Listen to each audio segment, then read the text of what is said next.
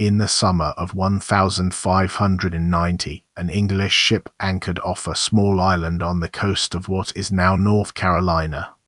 A governor stepped ashore expecting to greet more than 100 colonists, men, women, and his own granddaughter, the first English child born in the Americas. Instead, he found an empty settlement swallowed by weeds. No people, no bodies, no sign of a struggle, only a single word carved into a wooden post, CROATOAN. England came late to the race for the New World. By the 1580s, Spain dominated the Atlantic, and Queen Elizabeth wanted an English foothold. The man granted the charter was Sir Walter Raleigh, though he never set foot in the colony himself.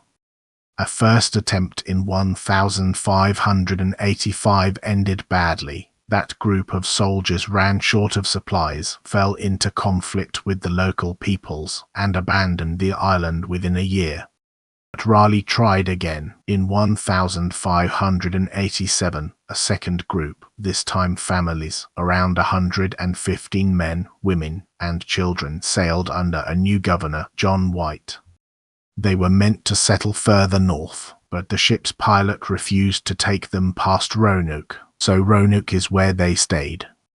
Weeks later, White's daughter gave birth to a girl, Virginia Dare, and almost immediately, the colony was in trouble.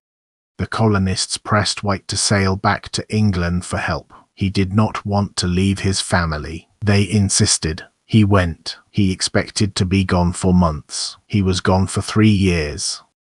The reason was war. In 1588, Spain launched its Great Armada against England. Every seaworthy English ship was seized, and civilian crossings to America stopped. By the time White finally reached Roanoke again, it was August 1590, his granddaughter's 3rd birthday. The houses had been dismantled, not destroyed, but taken apart, suggesting an unhurried, deliberate move. Carved into a post was a single word, CROATOAN. On a nearby tree, 3 letters, C-R-O. Before he left, White had made an agreement. If they moved, they should carve their destination.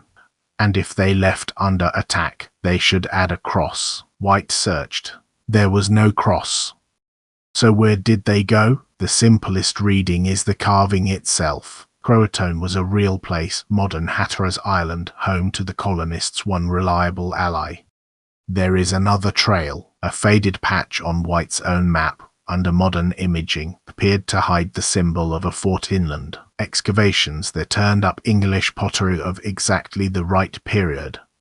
Could they have been killed? Disease, a raid, or conflict are possible, but there were no graves, no remains, no burned ruins. People fleeing slaughter do not pack up their lumber.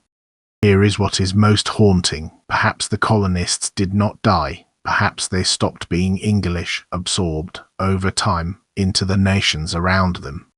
What makes Roanoke unsolvable is that the one man who could have checked was turned back by a storm and never tried again. The answer may have been a single day's sail away. If you want the full case file, it is linked below. Subscribe and tell me which theory you believe.